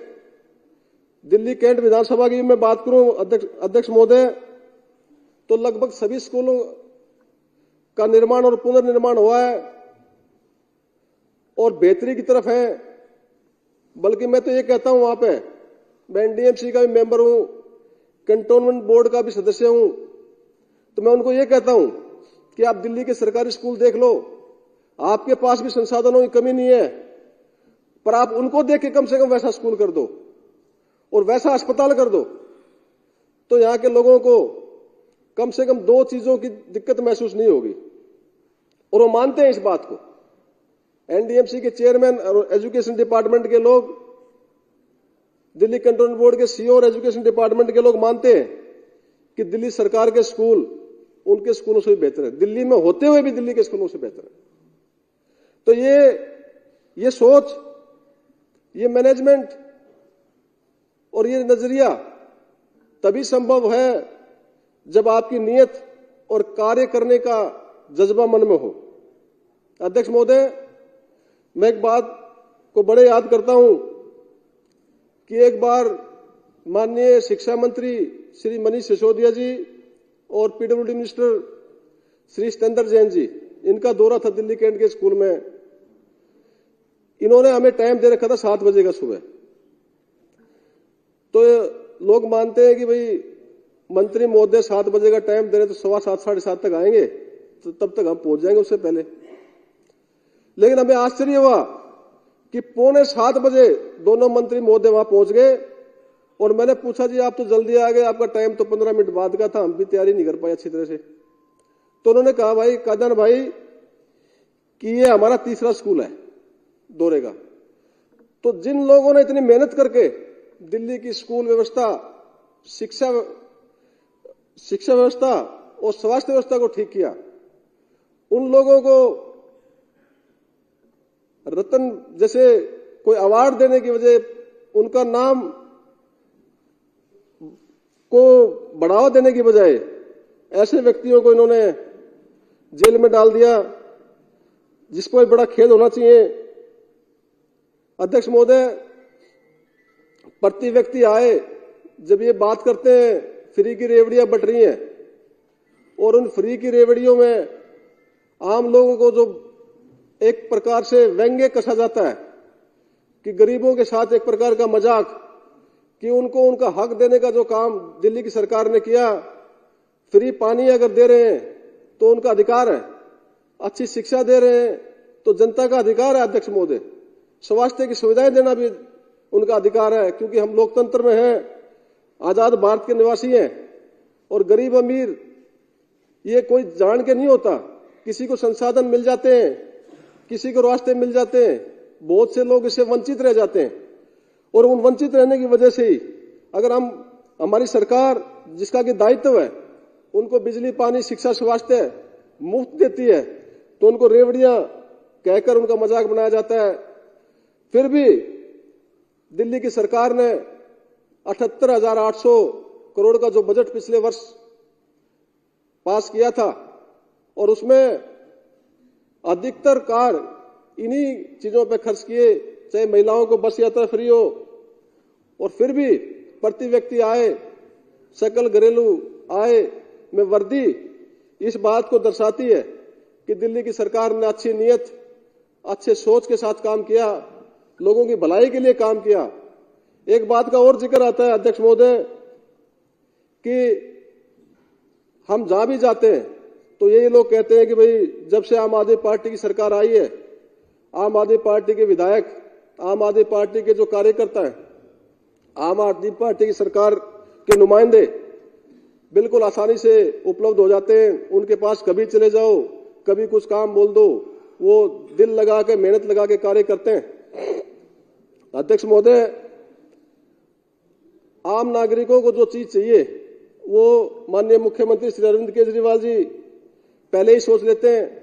कोरोना काल में मजदूरों को फ्री राशन देना हो, लोगों को पका हुआ सूखा सब प्रकार का राशन दिया, समय पर वैक्सीनेशन कराया और 5-5 हजार रुपए उनके खाते में डाले, लेबर कार्ड बनाए। अनेकों ऐसे उदाहरण हैं जो एक आम आदमी को, दिल्ली में बाहर से आए हुए लोगों को चाहिए वो उपलब्ध कराए। तो इन सब कामों की जो एलजी साहब ने भी प्रशंसा की, 15 नए स्कूलों का निर्माण, 19 नए स्कूलों का इंफ्रास्ट्रक्चर बढ़ाना, खेल विश्वविद्यालय, और जिस पे शिक्षा प्राप्त करके हमारे खिलाड़ी अंतर्राष्ट्रीय स्तर पर मेडल लेके आए, उसकी भी उन्होंने प्रशंसा की। लेकिन ये बात जो है, जो माननीय उपराज्यपाल महोदय ने दिल्ली की सरकार के अच्छे कामों का बखान किया, हमारे विपक्ष के साथियों को ये बिल्कुल पसंद नहीं आई। और जानते हुए भी, इनको पता है क्योंकि इनके क्षेत्र में भी कार्य हो रहे हैं, ऐसा नहीं है कि जिस विधानसभा क्षेत्र से ये आते हैं वहां पर दिल्ली की सरकार कुछ काम नहीं करती, सारे काम वहां भी करती है। कैमरे वहां भी लगा रखे हैं, बिजली फ्री उनकी महिलाओं के लिए, उस क्षेत्र की महिलाओं के लिए भी है, किराया फ्री उनके लिए भी है, सबके लिए शिक्षा व्यवस्था अच्छी है। परंतु फिर भी इन चीजों को सहन न कर पाने की इनकी जो क्षमता है उसके लिए बड़ा खेद है। और माननीय उपराज्यपाल महोदय ने जो कहा, हम इस बात के लिए उनका शुक्रगुजार करते हैं। और जो बातें, जो काम देख रहे हैं, पूरी दिल्ली देख रही है, यहाँ के लोग मान रहे हैं, उन लोगों की भावनाओं को समझते हुए दिल्ली सरकार के कार्यों का जो लेखा जोखा बताया, उनके लिए धन्यवाद, आभार। और माननीय अध्यक्ष महोदय, आपने मुझे इस विषय पर बोलने का अवसर दिया, इसके लिए आपका आभार, बहुत बहुत धन्यवाद।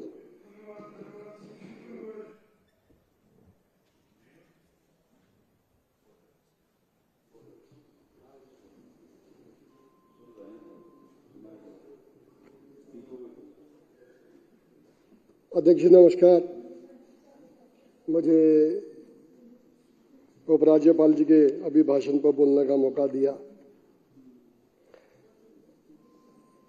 कल जिस समय अभिभाषण शुरू हुआ तो हमारे विपक्ष के साथी एक एक करके खड़े हुए। मैंने बचपन में एक स्टोरी पढ़ी थी कि किसी को लूटना हो तो पहले इसकी प्लानिंग कर लो। एक बार एक ब्राह्मण अपने कंधे पर गाय की बछड़े लेके जा रहा होता है तो पहला ठग खड़ा हो जाता है कि हाँ जी, ये आप सूअर का बच्चा लेके जा रहे हो। तो जैसे ही ये काम अच्छा गिनवाया, एक विपक्ष का साथी खड़ा हुआ, है कुत्ता नहीं था, सूअर था। कुत्ता तो फिर भी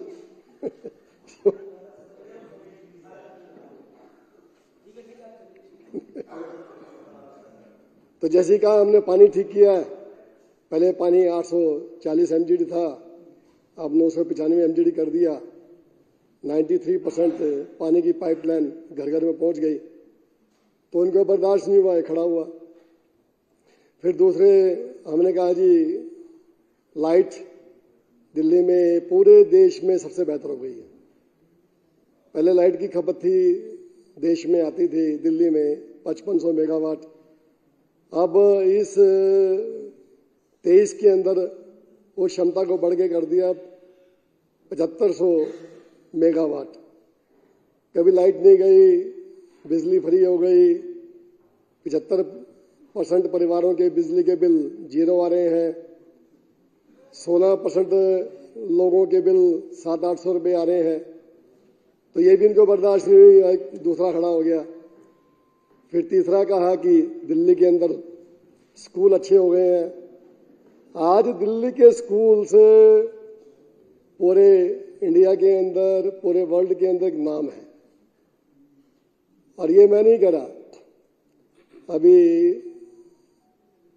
6 महीने पहले सेंट्रल गवर्नमेंट से एक पब्लिश हुआ है कि पूरे देश में 12 स्कूल कौन से टॉप में हैं। तो उसमें first, second, third, 8th, 9th ये 5 स्कूल दिल्ली के थे।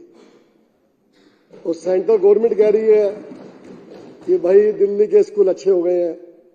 रिजल्ट कह रहा है कि 99.9% जो है दिल्ली के बच्चे पास हो रहे हैं। अब इनको बर्दाश्त नहीं हुआ तो इन्होंने तीसरे ने हल्ला मचाया। अब हल्ला मचाने से क्या होगा? कल मैं एक न्यूज पढ़ रहा था, ABP न्यूज के अंदर आया हुआ था कि गुजरात मॉडल 1609 स्कूल और उसमें एक टीचर। 1609 स्कूल में, हर स्कूल में एक टीचर। क्या अभी इन्होंने अपने गिरेबान में झांक के देखा? ये बात करते हैं दिल्ली की। ये कल ABP न्यूज पे आया था, कल या परसों में। तो दिल्ली का एजुकेशन मॉडल, एक फिल्म मैंने देखी थी अभी करीब 15-20 दिन पहले, 12th फेल। देखी होगी आपने भी, बहुत शानदार फिल्म, काफी समय बाद बनी थी। एक गरीब बच्चा जिसकी जेब में खाने को पैसे नहीं थे और वो 12वीं में फेल हुआ। और आज ऐसी स्थितियां हैं कि जब 12वीं का एग्जाम आता है तो ब्लैक बोर्ड पे उसके आंसर लिख दिए जाते हैं ताकि बच्चे पास हो जाएं। तब उसको एक ने कहा कि चीटिंग मत करना, बहुत ऊंचाइयों को छूओगे। चीटिंग नहीं की, थर्ड में आ गया, जेब में पैसे नहीं, और उसने सत्ते को छोड़ा नहीं, और वो आईपीएस बना। जब वो आईपीएस बना तो उसने एक ही बात कही थी कि देश के युवाओं को, बच्चों को अनपढ़ रखा जा रहा है ताकि वो लीडरों की नौकरी कर सकें, उनके झंडे उठा सकें। यदि बच्चे पढ़ लिख गए तो देश अपने आप तरक्की कर जाएगा। ये कथन है उस आईपीएस का। और हमने एक ही बात कही है, पूरे देश के अंदर दिल्ली में एक एक बच्चे को पढ़ा के जाएंगे, चाहे वो आईपीएस बने, चाहे आईएएस बने, जो मर्जी बने, बच्चे को अपने पैरों पर खड़े कर जाएंगे। ये बात उनको पसंद नहीं आई, वो भी खड़ा हो गया। फिर चौथी बात आ गई हॉस्पिटल की। मैं जब हॉस्पिटल में चेयरमैन बना इसका, आचार्य भिक्षु का, पहली बार गए, बदबू आती थी, वहां पे स्मेल आती थी।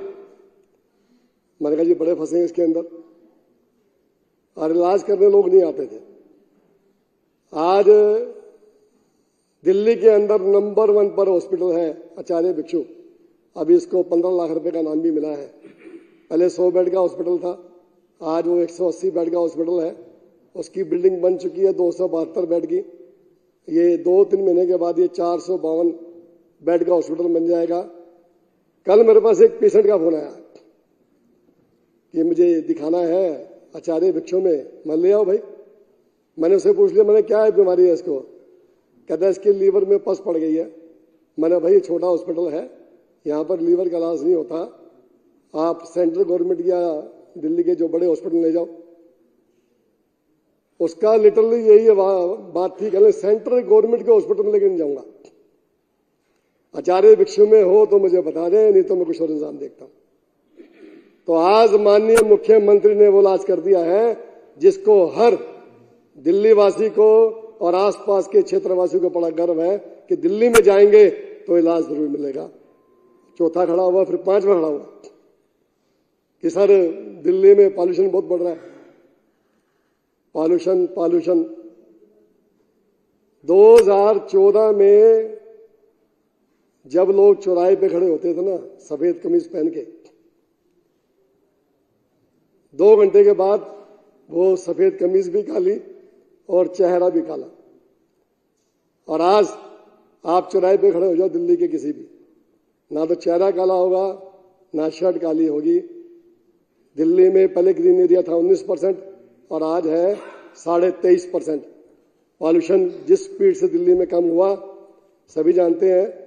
सबसे ज्यादा इलेक्ट्रिक बसें पूरे वर्ल्ड में 3rd नंबर पर है तो दिल्ली में है। अभी इनको बर्दाश्त थोड़ी होगा।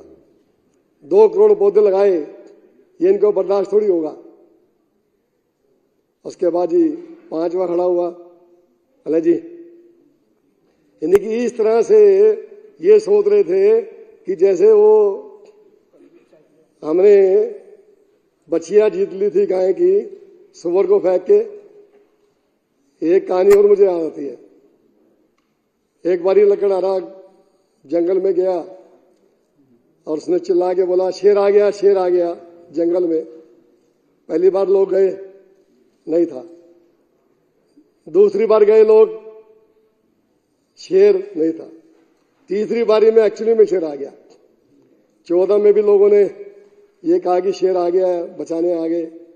19 में भी कहा शेर बचाने आ गए। अब 24 है। ये झूठ का परिंदा चलेगा नहीं। समय बड़ा बलवान है और ऊपर वाला भी देख रहा है, नीचे वाले भी देख रहे हैं।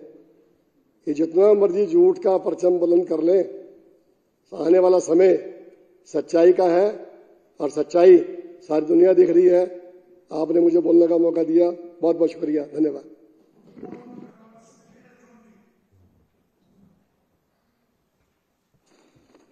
धन्यवाद सर। सर, हम सभी जानते हैं कि हिंदुस्तान एक वेलफेयर स्टेट है और किसी भी वेलफेयर स्टेट की ड्यूटी बनती है कि वो अपने नागरिकों को एक अच्छी जिंदगी, नाइस जिंदगी दे। नाइस जिंदगी से क्या मतलब है सर?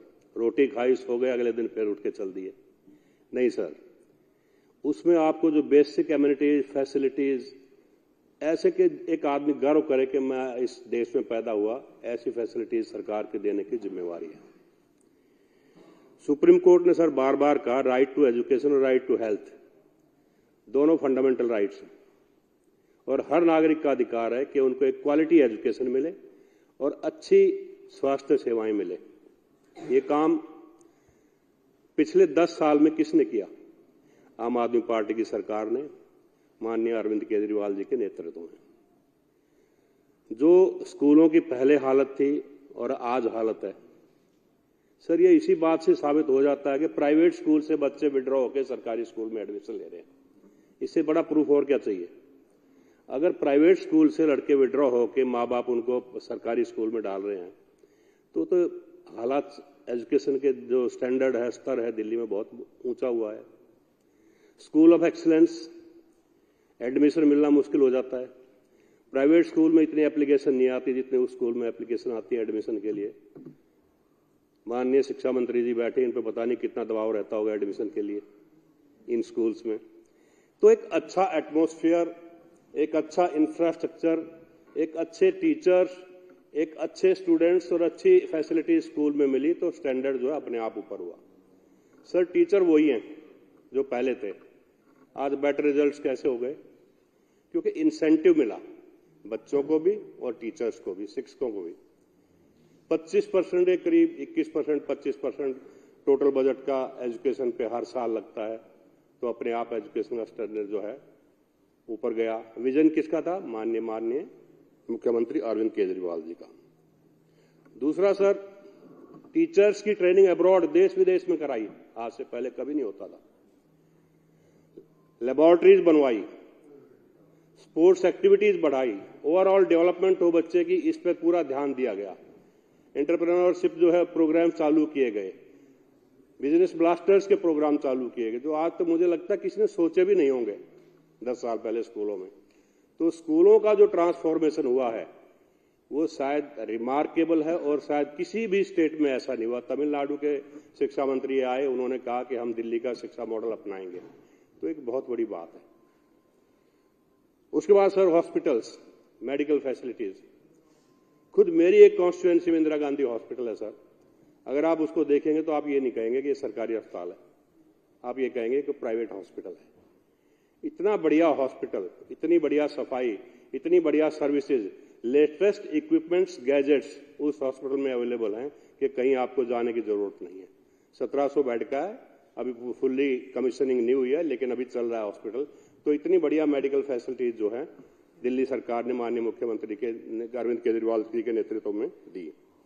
फिर सर पानी, खुद द्वारका पालम कॉन्स्टिट्यूएंसी में भावना जी नहीं है, एक एक आदमी उन 2 कॉन्स्टिट्यूएंसीज में कहेगा अगर दिल्ली इन कॉन्स्टिट्यूएंसीज में किसी ने पानी दिया है तो अरविंद केजरीवाल जी ने दिया।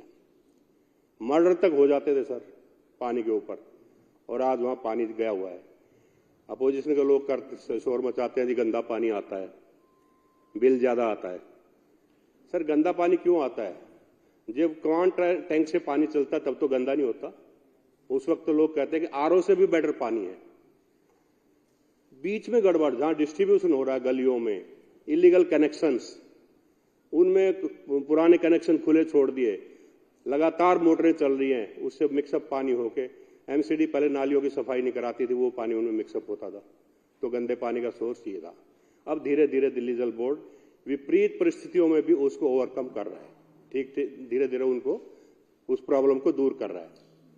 सर सीवर लाइन, ऑलमोस्ट इतनी सीवर लाइन आज तक कभी नहीं बिछी होंगी जितनी इस रीजन में अरविंद केजरीवाल जी के नेतृत्व में सरकार में सीवर लाइनें पड़ी। उसके बाद सर नेक्स्ट इशू आया बिजली। सर पहले लोग बनियान पहन के रात को 1-2 बजे सड़कों पे घूमते थे, हम टीवी में देखते थे, अखबारों में पढ़ते थे कि बिजली चली गई और लोग 10-20 लोग इकट्ठा हो गए पावर हाउस के बाहर खड़े हुए हैं, लाइट नहीं है 2-3 घंटे से और गर्मी का मौसम है। मिनिमम पावर कट चल रहा है सर आजकल, और वो भी कब है? जब ब्रेकडाउन हो। रेगुलर पावर कट कहीं भी नहीं है। बिजली जैसे पहले, बहुत पहले लोग कहा करते दिल्ली में बिजली नहीं जाती, आज वो सिचुएशन फिर है। दिल्ली में बिजली का संकट बिल्कुल नहीं है और 24 घंटे लोगों को बिजली मिलती है और 300 यूनिट वालों को फ्री मिलती है। सर मैं तो बड़े फकर के साथ कहता हूं, एक मेरा भी मीटर है जिसमें 0 बिल आता है।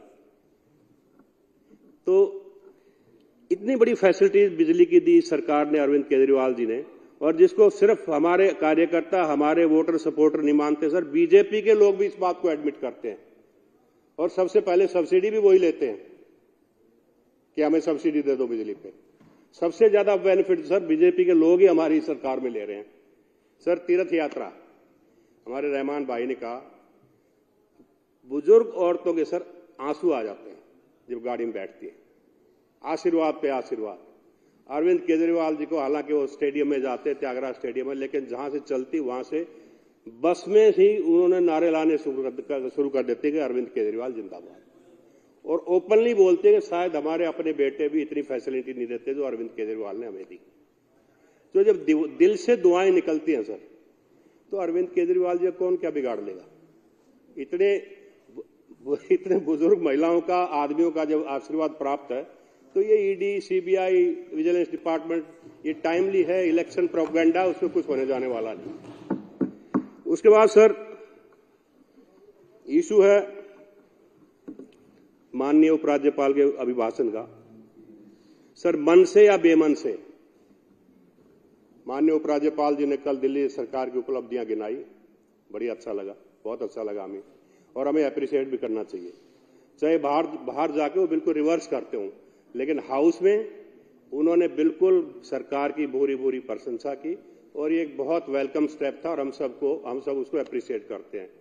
एक थोड़ी सी कमी ये रही कि जो दूसरी पक्ष के लोग थे वो प्री प्लान करके एक एक करके उनको डिस्टर्ब करते रहे, इंटरप्ट करते रहे, और वो बहुत गलत बात थी।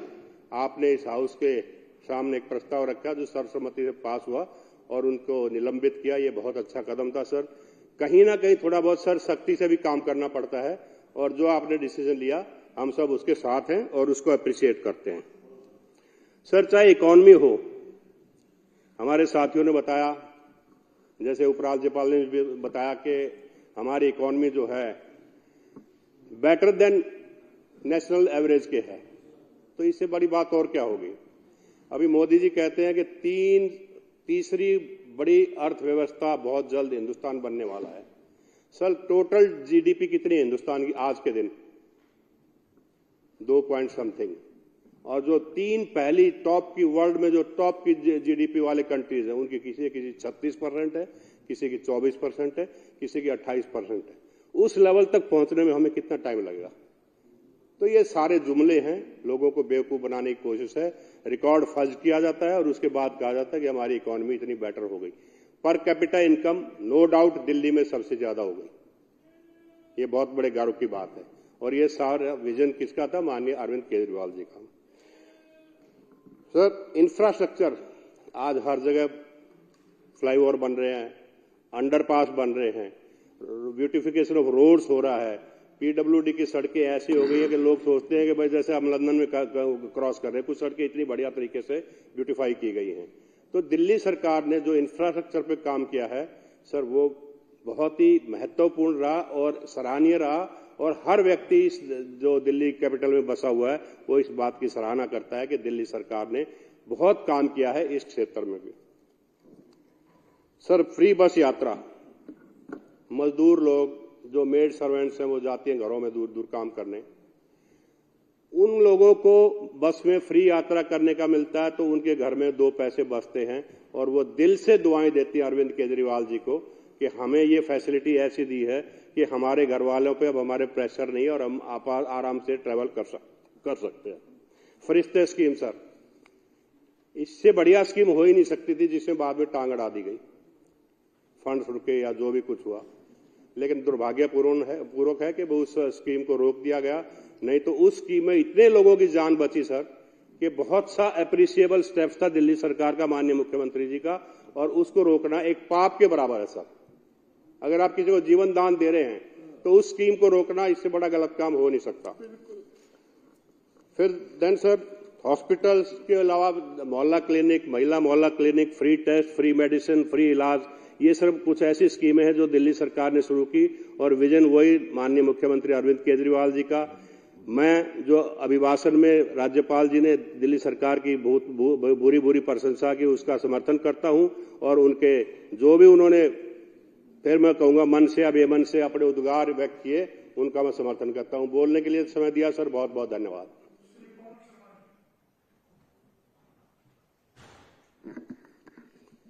धन्यवाद अध्यक्ष महोदय, आपने मुझे बोलने का अवसर दिया। अध्यक्ष महोदय, दिल्ली सरकार, माननीय मुख्यमंत्री श्री अरविंद केजरीवाल एक ऐसा नाम हो गए हैं पूरे देश नहीं विश्व में कि अरविंद केजरीवाल जी का नाम जहां पर आ जाता है वो अपने आप में ही गारंटी हो जाती है किसी भी बात के लिए।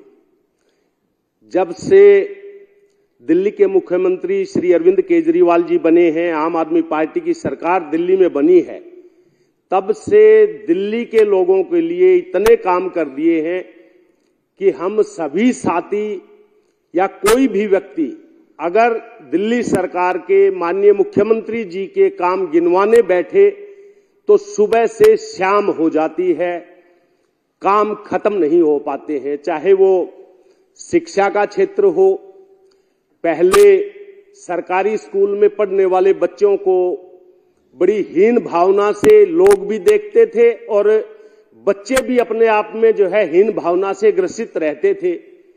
लेकिन पिछले 9-10 साल से दिल्ली के सरकारी स्कूल के बच्चे अपनी कॉलर ऊंची करके बताते हैं कि हम दिल्ली के फलां सरकारी स्कूल में पढ़ते हैं। और मैं अपना भी पर्सनल अनुभव आपको बताना चाहता हूं।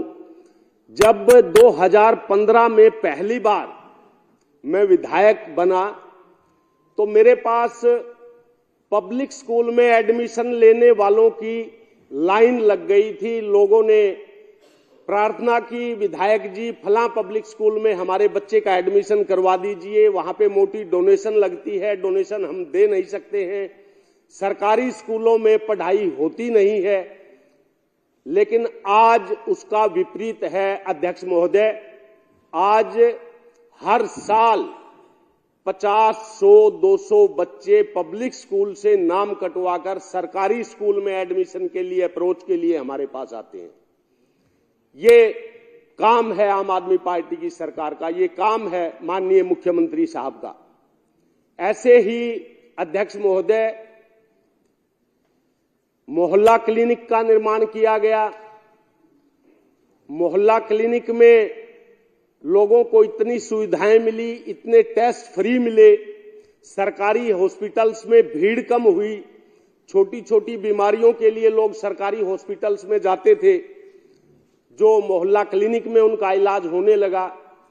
लेकिन अध्यक्ष महोदय, केंद्र की सरकार, हमारे एलजी साहब आए दिन नई नई रुकावटें, दिल्ली के लोगों के हित में जो कार्य माननीय मुख्यमंत्री साहब कर रहे हैं उसमें नई नई रुकावटें डाल रहे हैं।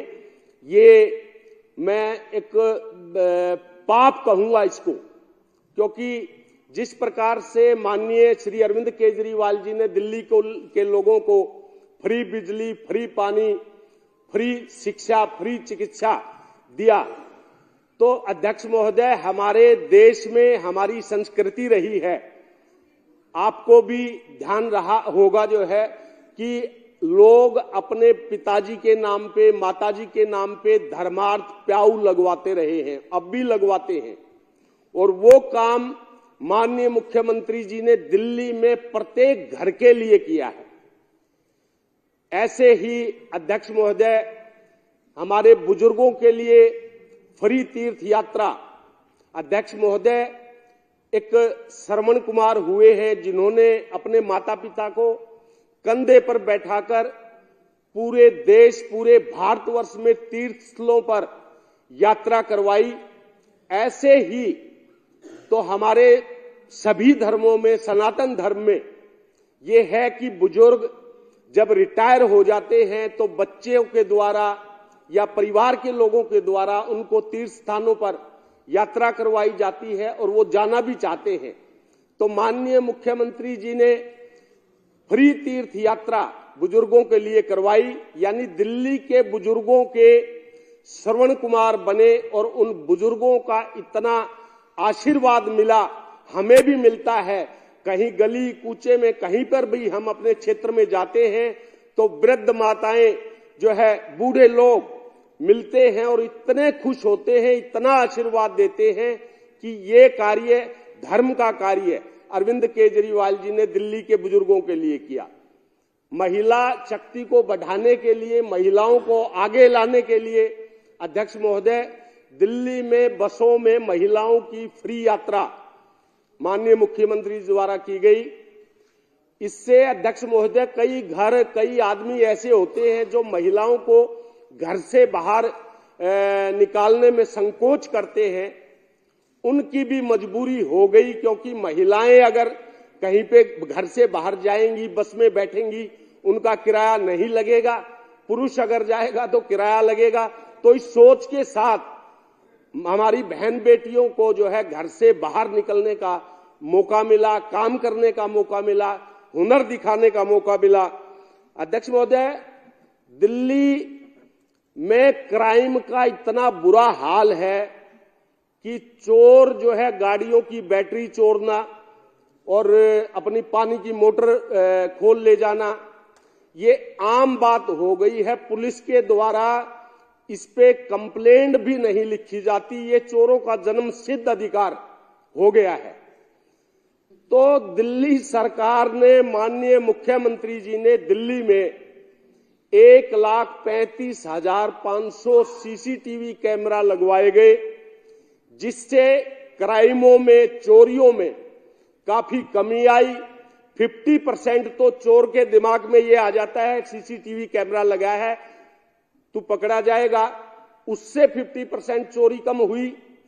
और 50% अगर चोरी कर भी ली तो पुलिस को जो है चोर को पकड़ने में सीसीटीवी कैमरे द्वारा देखकर आसानी रहती है। बहुत फर्क पड़ा है, लेकिन फिर भी दिल्ली में जो है पुलिस का रवैया बहुत ही लचर है। तो एलजी साहब को दिल्ली के लोगों के, दिल्ली सरकार के काम, दिल्ली के लोगों के भले के लिए जो सरकार काम कर रही है, उन कामों को रोकने की बजाय अगर दिल्ली में पुलिस प्रशासन पर भी थोड़ी सी अगर नजर सीधी कर ले तो दिल्ली के लोगों को बहुत राहत मिलेगी। तो अध्यक्ष महोदय, इतने सारे काम दिल्ली सरकार में किए गए माननीय मुख्यमंत्री अरविंद केजरीवाल जी द्वारा, तो ये सारे राम राज्य के लक्षण हैं। राम राज्य दिल्ली में चल रहा है।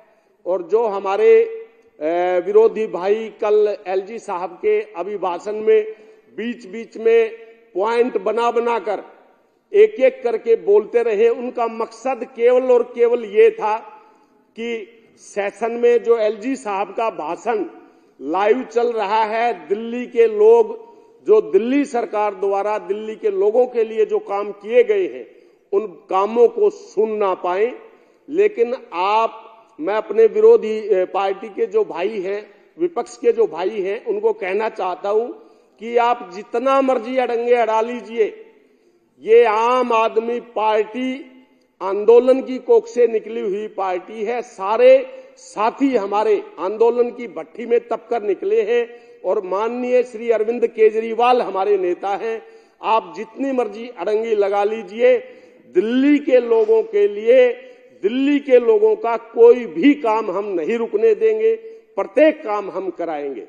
अध्यक्ष महोदय, आपने मुझे बोलने का अवसर दिया, बहुत बहुत धन्यवाद। आधा घंटे बाद हम पुनः यहाँ मिलेंगे। बहुत बहुत धन्यवाद।